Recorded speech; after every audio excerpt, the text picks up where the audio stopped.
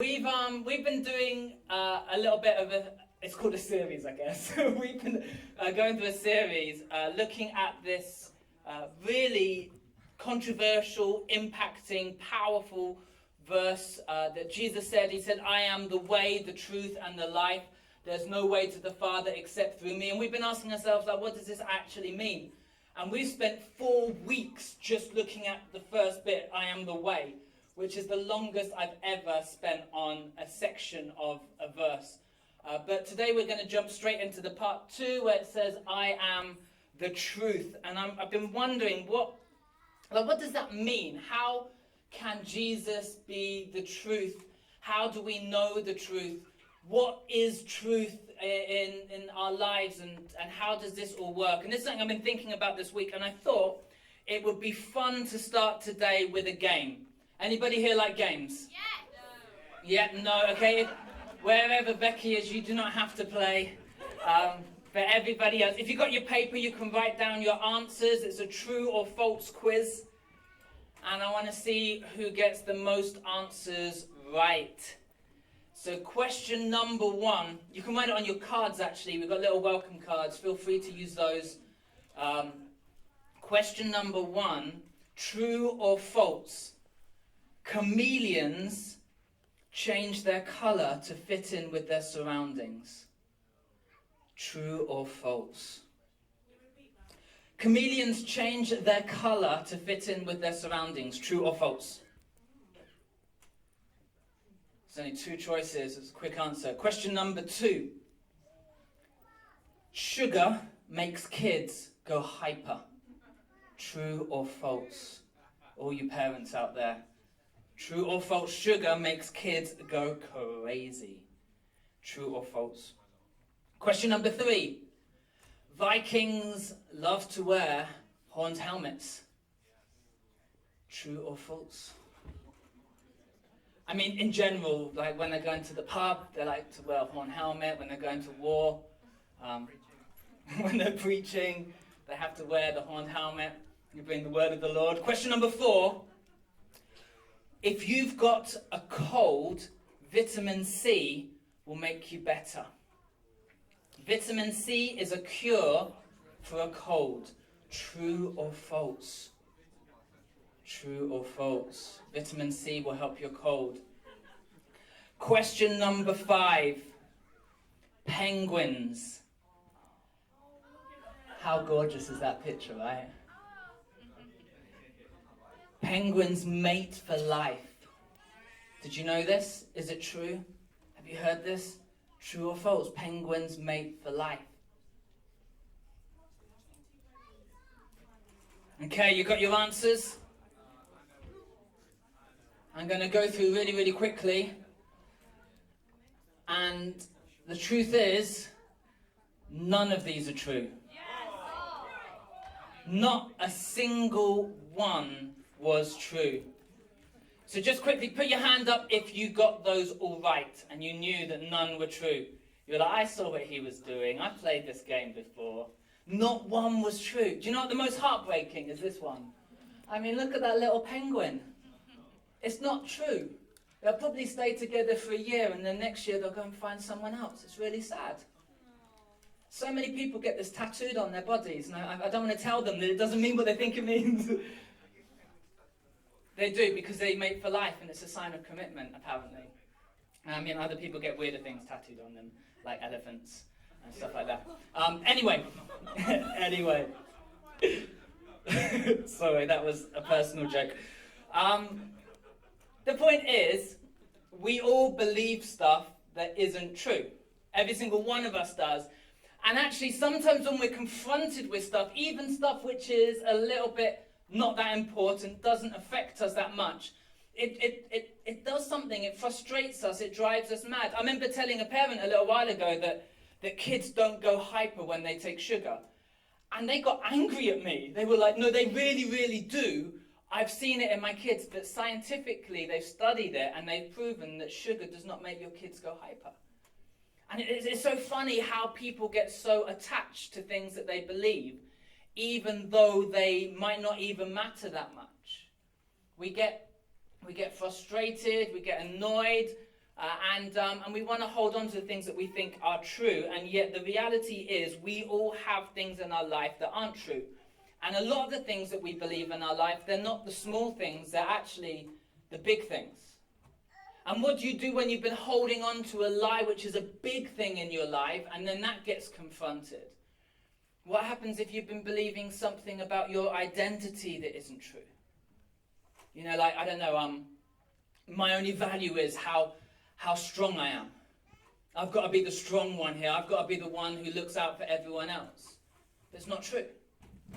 Or maybe I have to be the attractive one. I'm only as valuable as I am loved and appreciated, or as I am helpful. What if we have things that we've built our identity around that aren't true? What do we do then?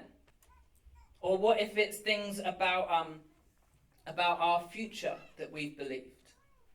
Maybe you believe that you will always be alone. No one will ever love you. Maybe you believe that you're not good enough. Maybe there's voices that have spoken into your childhood which are still repeating now, again and again and again, and you can't let them go.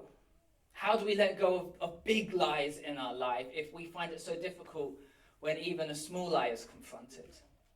And this is what I want to talk to you about.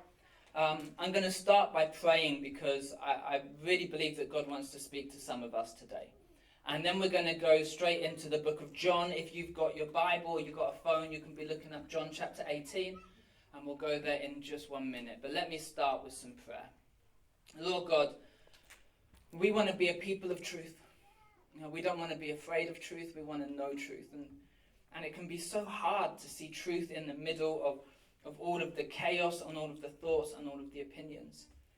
And Lord, I want you to show me today where I've been believing lies. I want to ask if you would reveal to each and every single one of us an area of our lives where we've been getting it wrong. I pray that you'll equip us. You'll give us the courage to step forward into truth.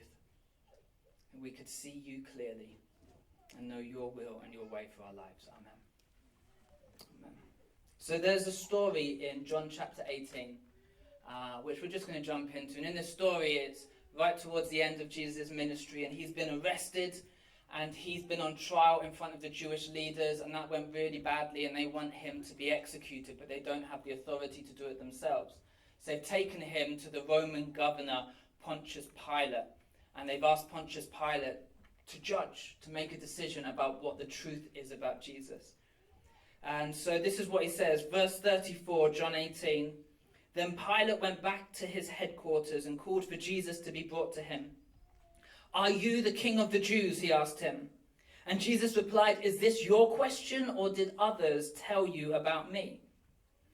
Am I a Jew? Pilate retorted. Your own people and their leading priests brought you to me for trial. Why? What have you done?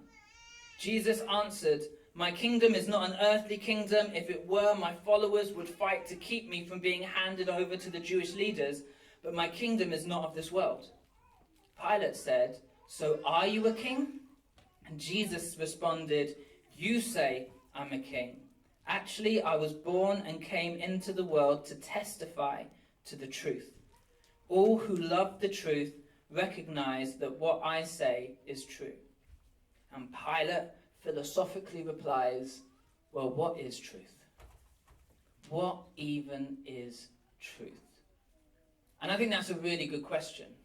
In fact, I would argue that might be one of the most important questions you will ever ask yourself in life. What is truth? And this is the most significant moment. Pilate has to make a decision about Jesus.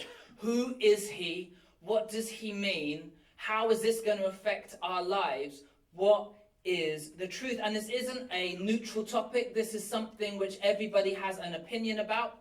This is something where people are going to sway you and pull you in different directions.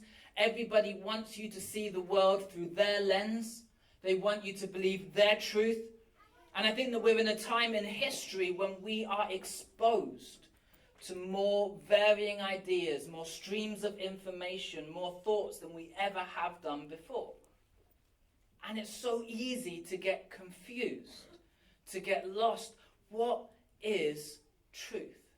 And how do I know what it is that is going to be the truth in my life? And it's important that we do work this out, because if we don't, we'll be manipulated.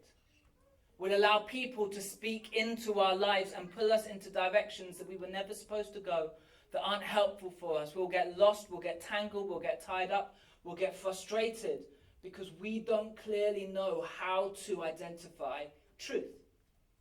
What is truth? My father-in-law, Anthony, in the office used to get us to do this thing. He would say, who is responsible for your spiritual walk? And I'll ask you that question. Who's responsible for your spiritual walk? And what I want you to do is take your finger and point at them. Who's responsible for your spiritual walk? Point at them. Yeah, don't point at Rachel, Sammy. Point at yourself. We are all responsible for our own spiritual walks. We are all responsible for our own spiritual journeys. Each and every single one of us is responsible for ourselves to decipher and to understand what is truth. And we spend so much of our lives trusting other people's ideas, trusting their thoughts. But we have to have a moment when we identify it for ourselves and say, what is the truth for my life? What is my guiding principle? And it makes us wonder, how do we ever know? And so what I want to do is I want to start by just sharing a few ways that I see us getting mistaken. A few ways that we think that things aren't true are true, and why it is that we do that. And then the second half, I want to look at what it actually means to know the truth. Does that sound good to you guys?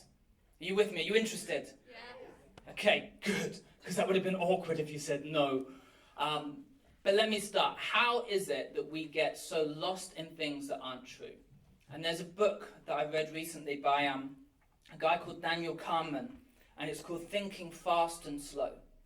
And he said that the problem is that we think too fast and we never actually stop to think deeply about things. And so he said that there's 3 reasons why it is that we get muddled up, we get mistaken, we end up believing stuff that was never true, never helpful, and never important. He said the first is that we mistake familiarity for truth. He says, familiarity is not easily differentiated from truth. You see, our brains, we're processing information all the time. Like, you make 35,000 choices every single day. That's one every 2 seconds. It's like you're constantly thinking, you're constantly understanding the world. And that's complicated, and that's hard, and that's tiring. And what our brains does is it automatically puts things into categories in order to help us, without us even meaning to. And one of the most common categories is common and foreign. Things that are common, things that are familiar, it puts into a trustworthy category. And things that are foreign, it puts into an untrustworthy category.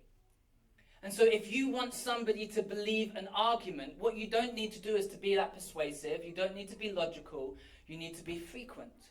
You keep on bringing up the same truth or the same idea, the same thought again and again and again. And people become familiar with it, and then they start to trust it.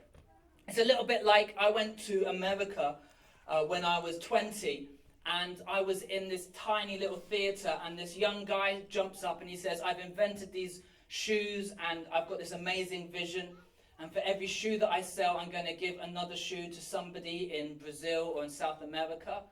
And he said the shoes are going to be called Toms. And I was like, great vision, I'm really inspired. And I went and looked at the shoe and I was like, yeah, this is weird. Like, I'm not going to wear those in public. That's awful. And I hated them. 10 years later, and I'm wearing Toms. Why is it that I suddenly decided Toms would be my favorite shoe? Because I started to see them everywhere I went. They became familiar. And as they became familiar, I started to like them more. It's true of fashion, but it's also true with ideas. The more familiar the idea, the more that we trust it, the more that we own it. And we don't stop and ask ourselves, is this even true? It's why we got so divided over things like Brexit and the election. And people would be on Facebook, and I saw these statuses coming up going, I'm completely shocked. I can't believe that this happened. And it's because what social media does is it surrounds you with the same thoughts that other people have. And you see it again and again and again, and you stop exploring other ideas, because the ideas that you see the most become the ones that you trust. And so what Daniel Kahneman says is that you need to stop and pause and ask yourself, is this true, or is this just what I've been exposed to? First question. Second question, or the second statement he says, is that we often mistake truth for comfort. But the reality is that comfort is not truth.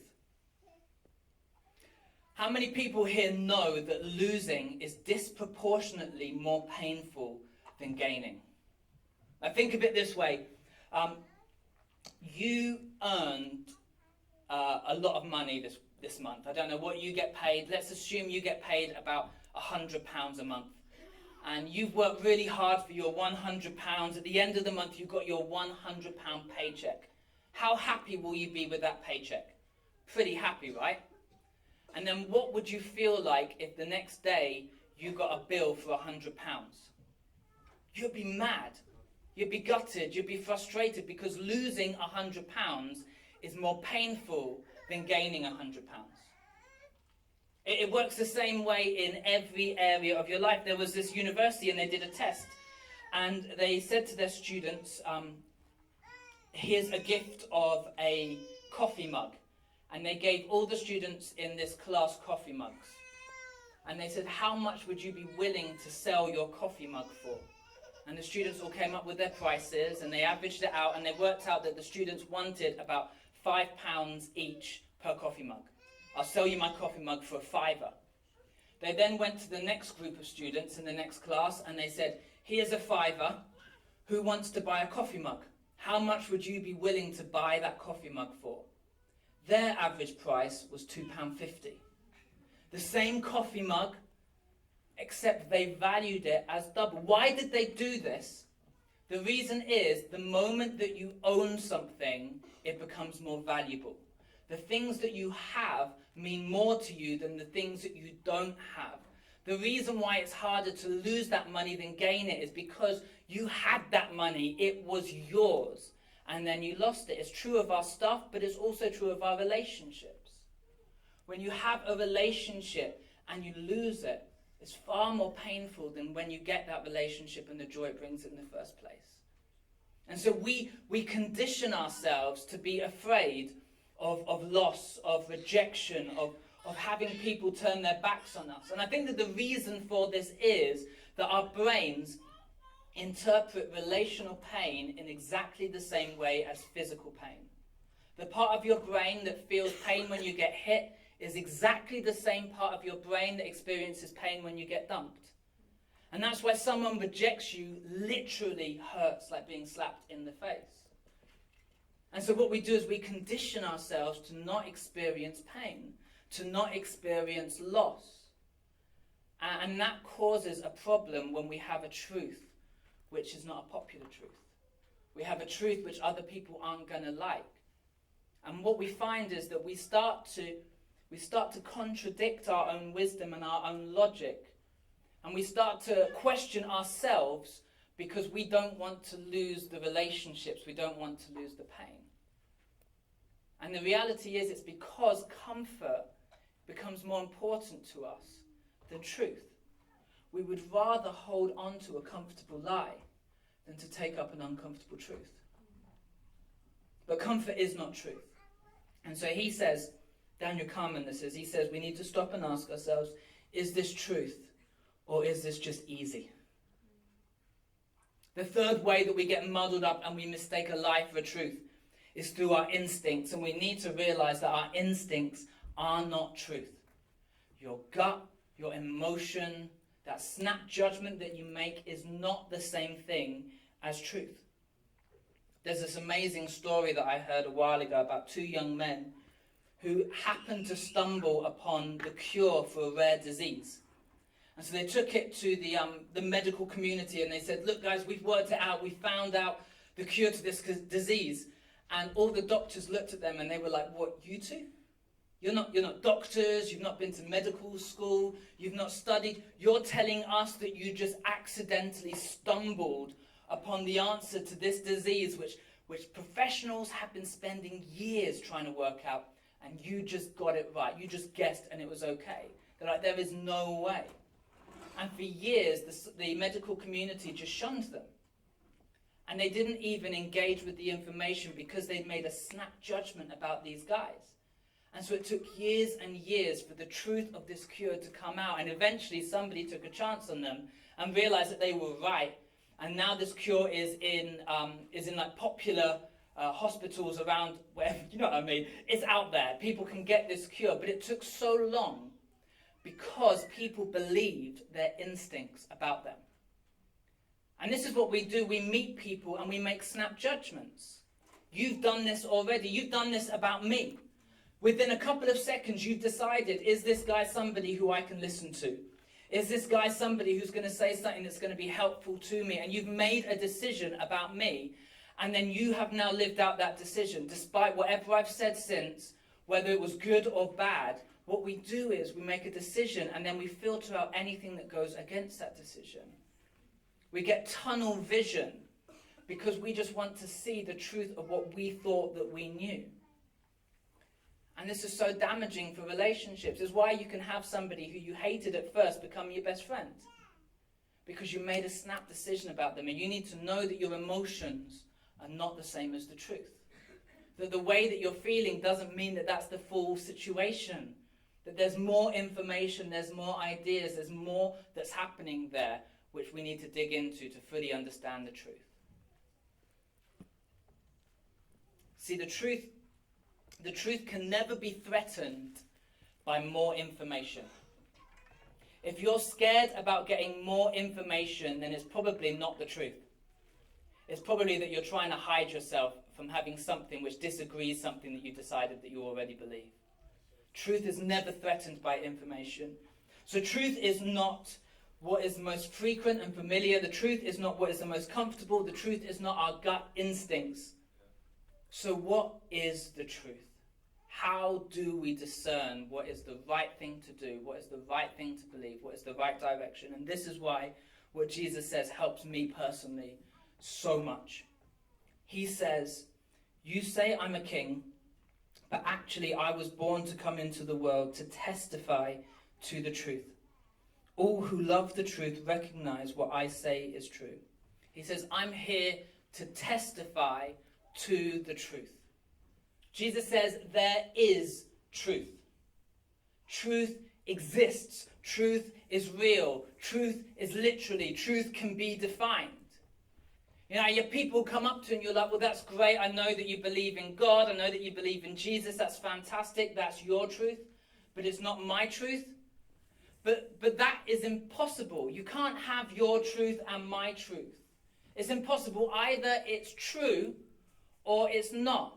And if it's true, then it's true for everybody. And if it's untrue, then I've made some serious errors in my life. But what it can't be is my truth as opposed to your truth. It's a little bit like me saying, oh, do you know what? I believe I can fly. Whew. I believe I could touch the sky.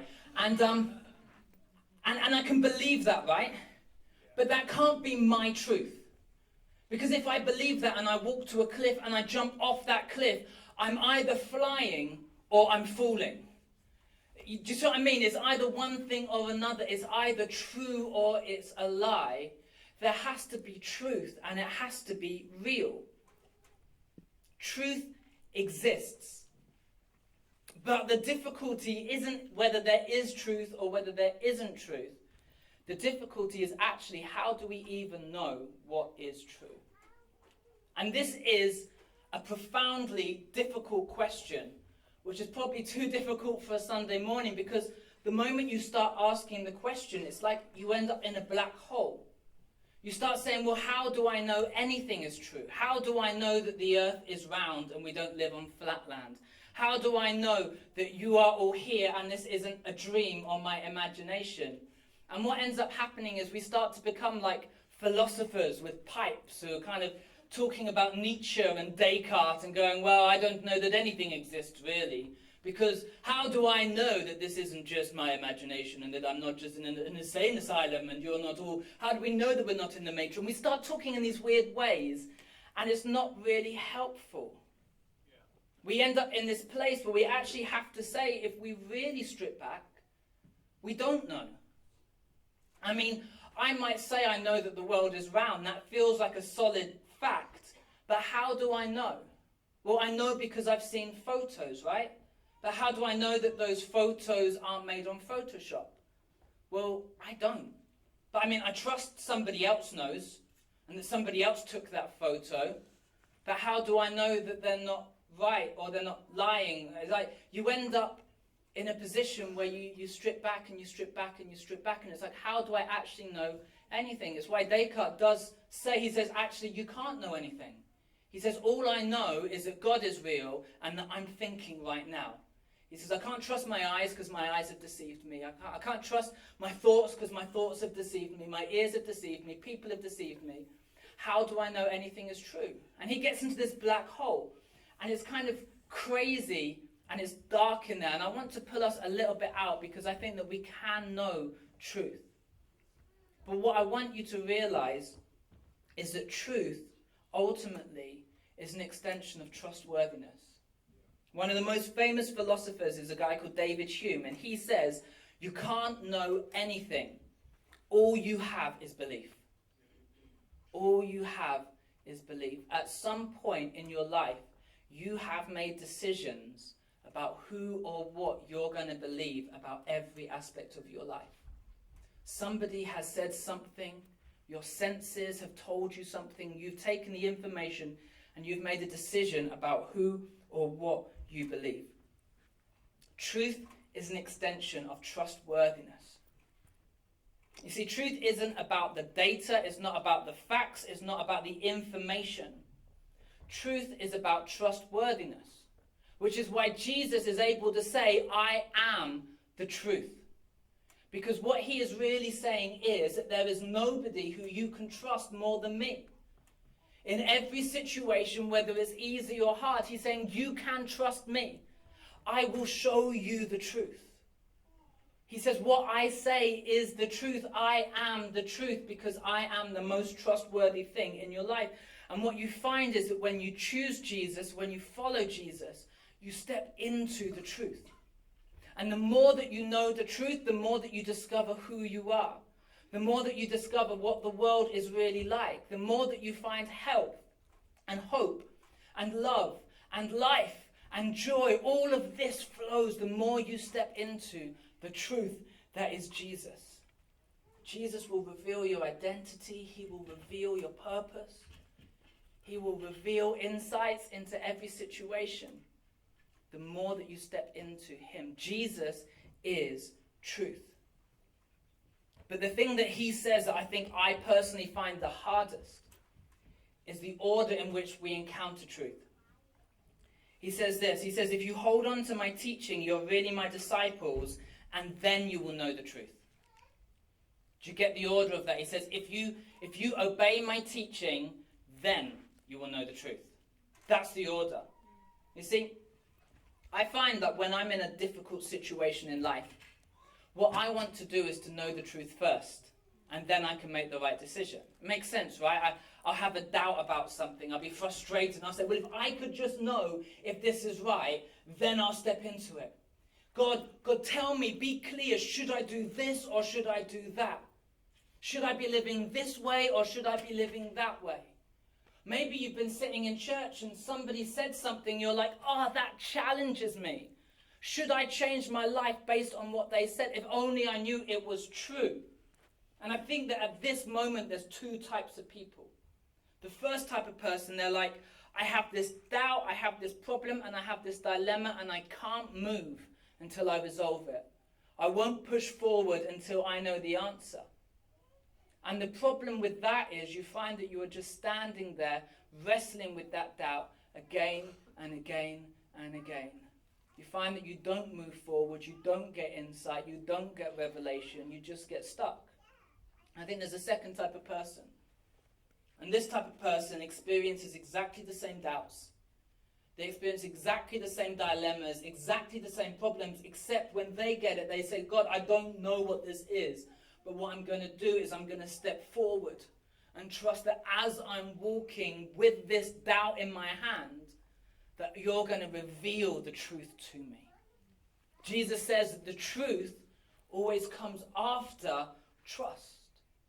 You have to step first. You have to trust first.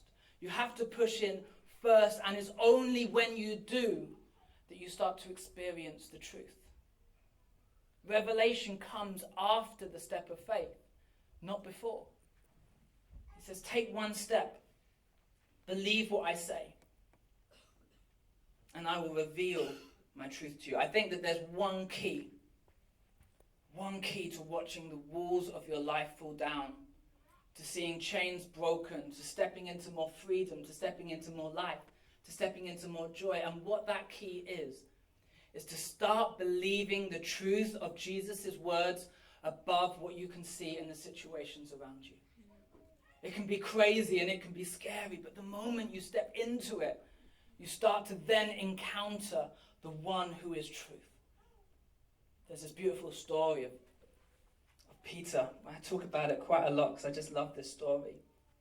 And Peter and the disciples are in the boat. And there's a storm and there's wind and there's waves, and Jesus comes to them on the water. And Peter says, if that's you, I'll come out of the boat. And Jesus says, come to me. This is how I see this working. It's only when we step out onto the water that we really know.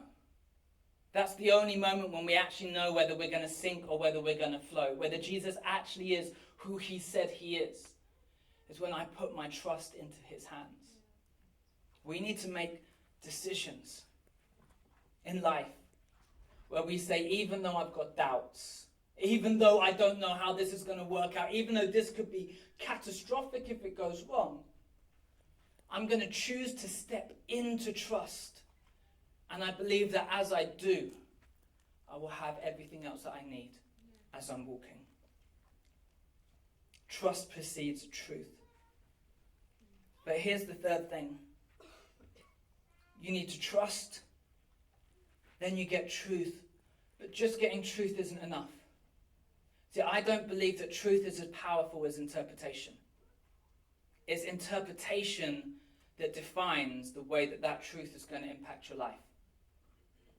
You see, every fact, every figure, every story, every sermon, every Bible verse, every idea, it only has the power to change your life after you've interpreted it.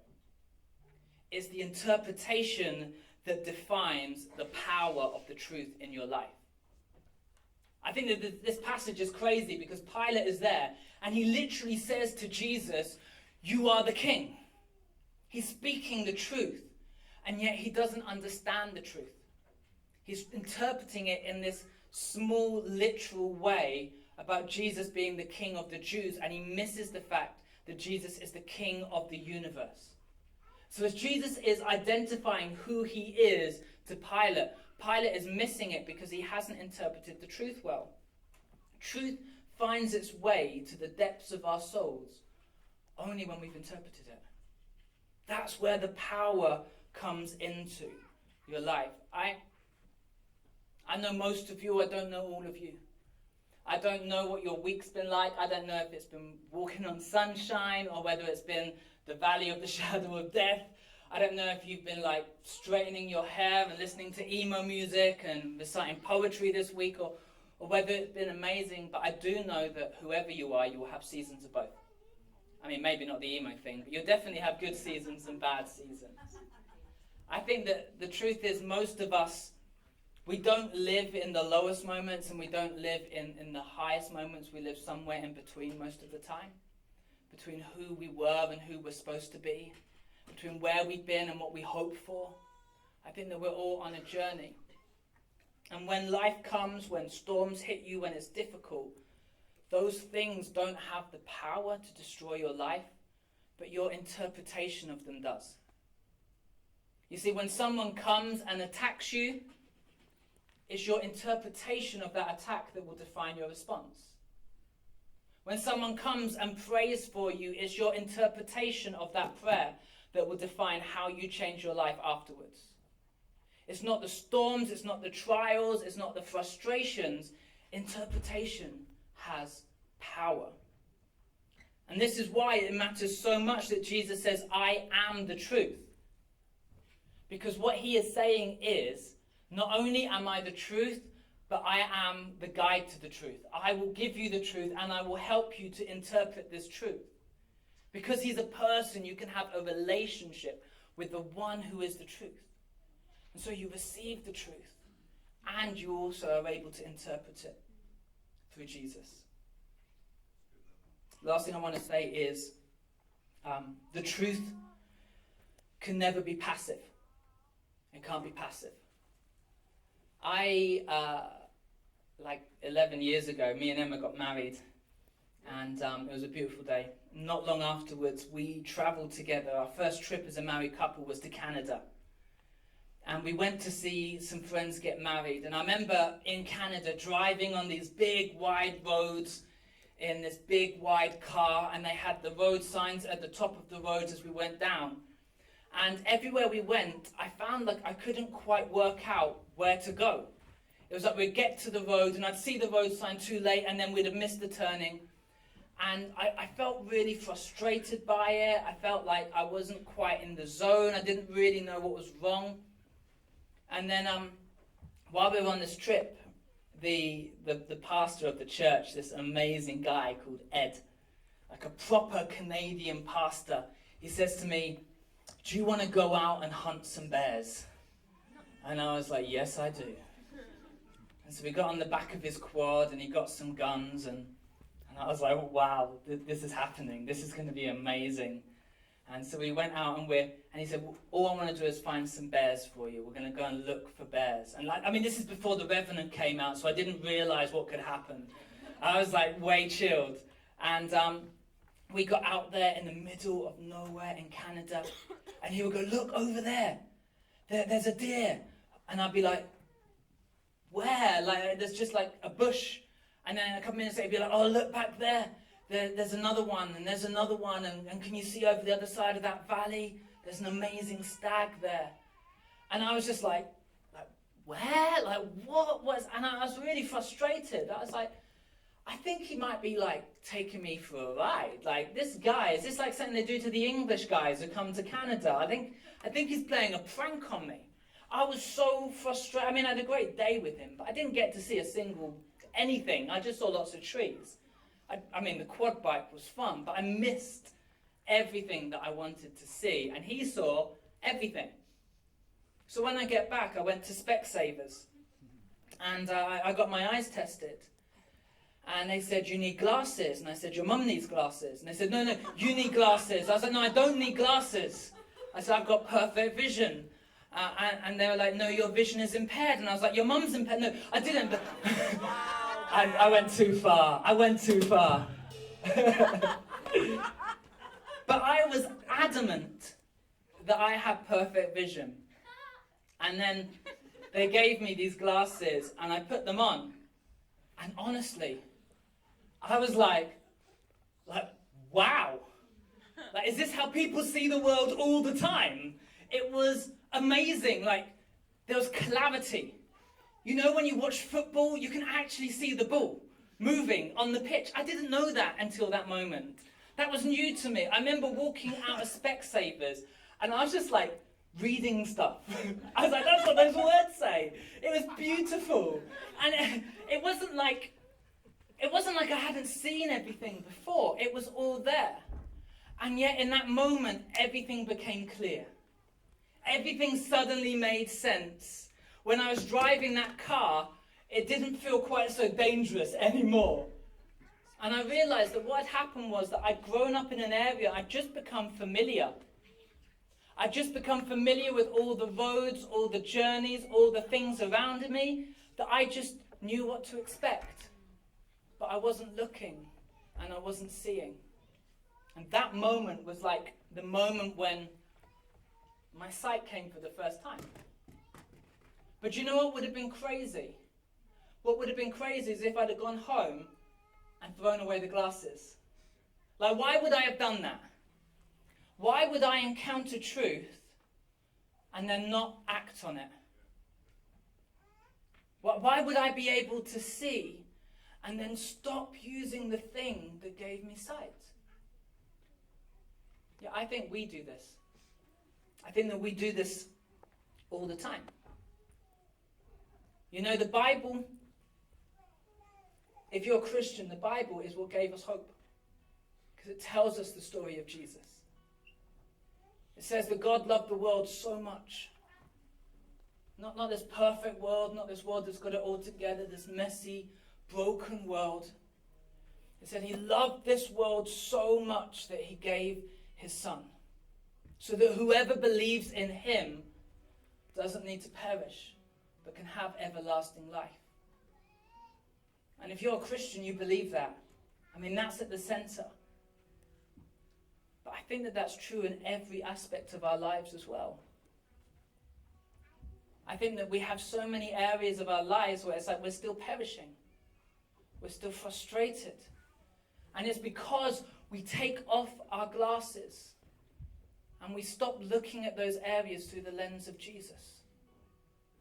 We should be looking at every single area of life through the lens of the cross.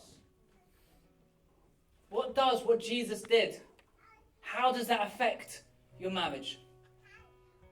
How does that affect the way that you are with your friends, your neighbors? How does that affect your finances, your generosity? How does that affect what you put as the highest place in your life? How does what Jesus did affect your career? And it feels like a lot of the time what we do is this. We like some bits and then we don't like some bits. And then we like some bits and we don't like some bits. And we like some bits and we don't like some bits. And we pick and choose where we want to use one lens and when we don't like the lens. But we can't do that. Because it's either truth or it's not. Jesus either affects everything or it affects nothing. There's nothing in between. You can't wear glasses and poke out one of the lenses. You get a headache. I've tried. It's madness. Don't ask why I've tried.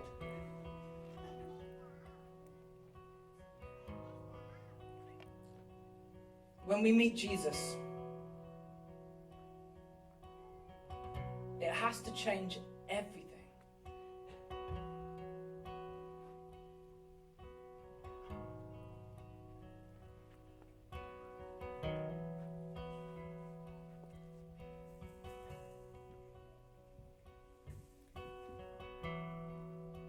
I think that we live in a world which, if I'm honest, I think most people are trying their best. I think when you meet people at work, in the playground, at school, or wherever it is, down the gym, I think most people are trying their best. They really are. They want to have a good life. They want happiness. They want fulfillment. They're doing what they can. And I think it's so easy to kind of judge people. And I think that's lazy. And I don't think that it's fair. When I talk about truth, I don't mean that we take truth and we attack people with it. I think that truth spoken not in the spirit of truth isn't truth. You can't tell someone you love them and not show them love. It's a lie, because you're lying with your actions. But what we do need to do is to articulate that there's clarity, that there is life, that there is truth, that there is love, that Jesus has changed everything. Because truth can't be kept silent either. Because if it's true for us, it's true for everybody. And it's true for you as well.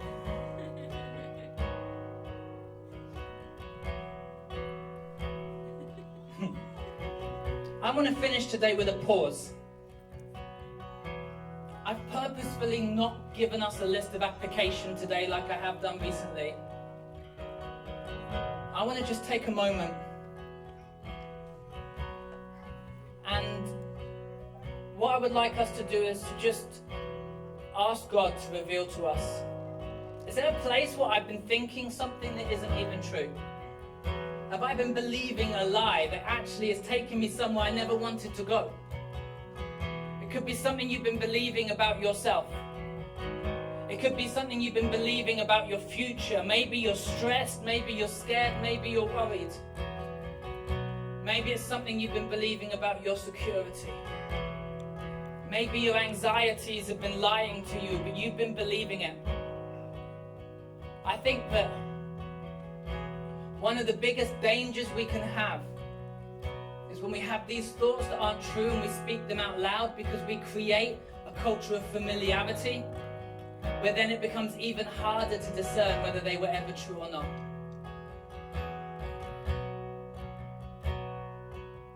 And I'm going to just give you a moment to let the Holy Spirit speak to you.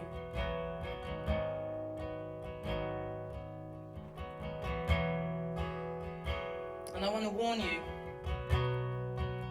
that it takes courage to respond to truth. That it's not comfortable, it's not always easy, but it always makes a difference.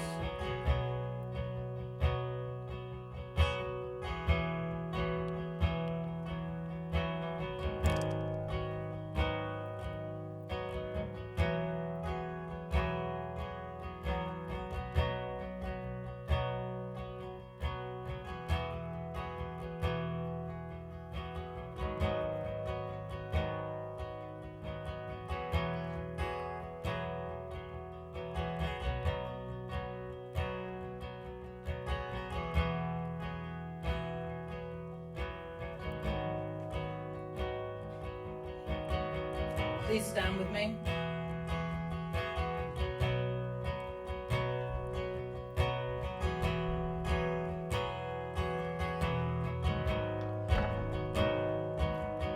If there's something that God has revealed to you or something that has challenged you today, I want to show you what you need to do with it.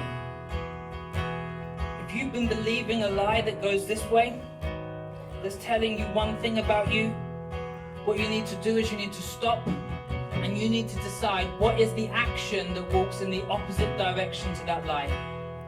And you need to turn around and you need to start walking this way. If you've been believing, do you know what, I'm not good enough? If you've been telling yourself, I can't do this. You've been telling yourself no one loves you, no one cares you.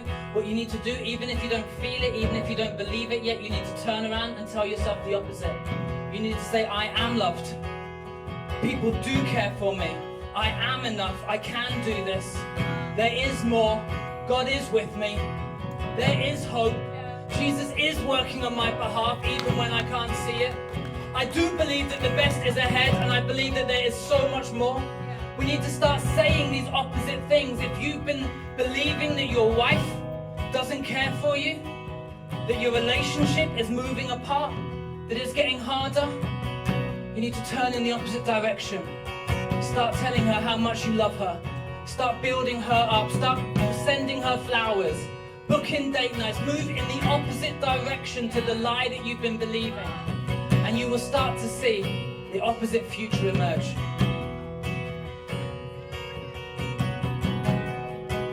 We're going to worship God. And what I want you to realize as we sing these words is that these are a proclamation of truth over every situation, whatever's happening.